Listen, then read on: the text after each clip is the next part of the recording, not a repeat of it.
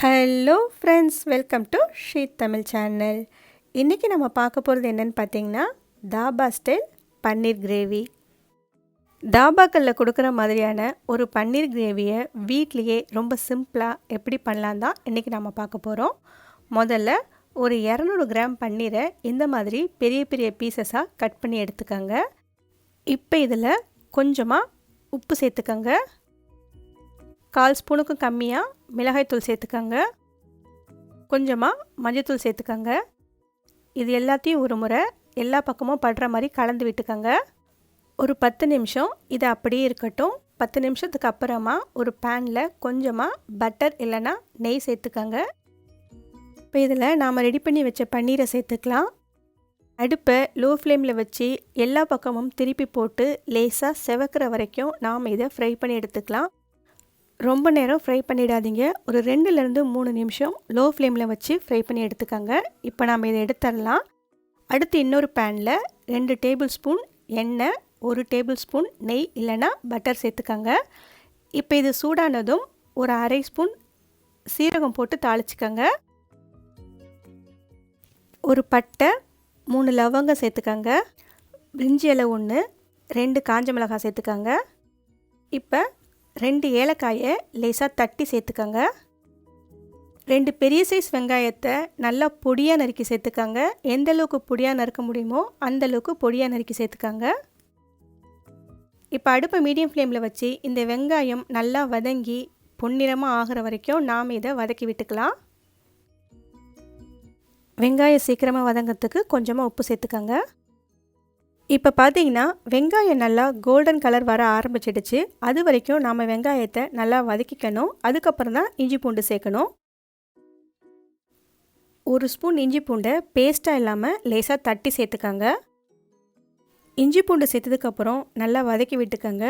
வெங்காயம் இன்னும் நல்லா நிறம் மாறி லைட்டாக ப்ரௌன் கலருக்கு மாறணும். அது வரைக்கும் நாம் இதை நல்லா வதக்கி விட்டுக்கலாம். இப்போ பாருங்கள், வெங்காயம் நல்லாவே ப்ரௌன் கலருக்கு மாற ஆரம்பிச்சிடுச்சு. இந்த சமயத்தில் அடுப்பை நல்லாவே லோ ஃப்ளேமுக்கு மாற்றி வச்சுட்டு ஒரு 1/4 ஸ்பூன் மஞ்சள்தூள் சேர்த்துக்கோங்க.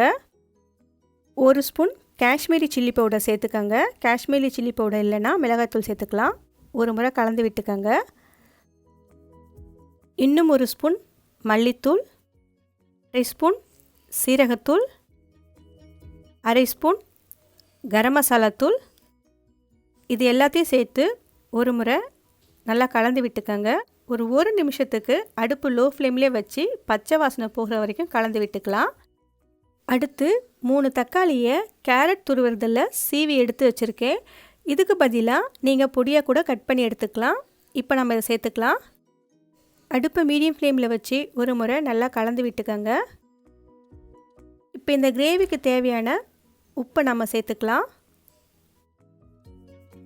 ஒரு முறை நல்லா கலந்து விட்டுட்டு ஒரு மூடி போட்டு அடுப்பை லோ ஃப்ளேமில் வச்சுடுங்க.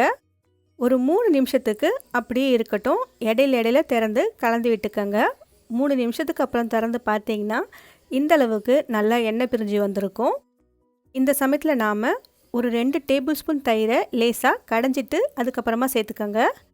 தயிர் சேர்த்து ஒரு முறை நல்லா கலந்து விட்டுக்கோங்க. தயிரும் மசாலாவும் நல்லா கலந்து வர மாதிரி ஒரு 2 நிமிஷத்துக்கு நல்லா இது கொதிக்கட்டும்.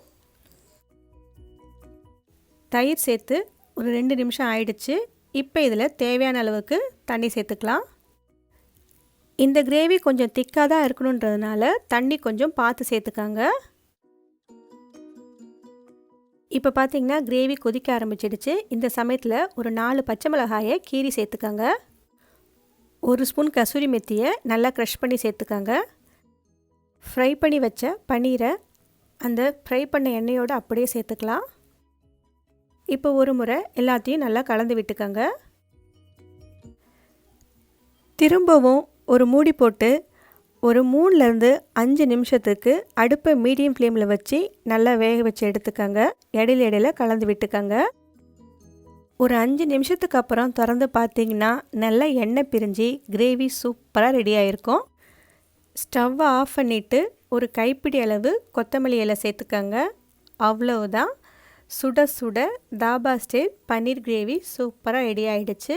இதை நீங்கள் வீட்டில் ஒரு முறை ட்ரை பண்ணி பார்த்துட்டு எப்படி இருக்குன்னு சொல்லுங்கள். தேங்க்ஸ் ஃபார் வாட்சிங்.